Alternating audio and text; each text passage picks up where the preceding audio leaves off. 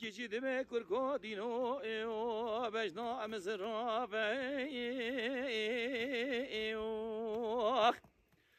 آخلوش تاکا yüze خی بله ما تو نزانه و سر چند دوستان را دل میکتی الله که دلال مپاپو که الی من عزیزه توی رابط دسته معبدان خود بگیرج خراب و بروینه از چاوا بجمع تلاو کوشی توی بجوالو مجی خیزه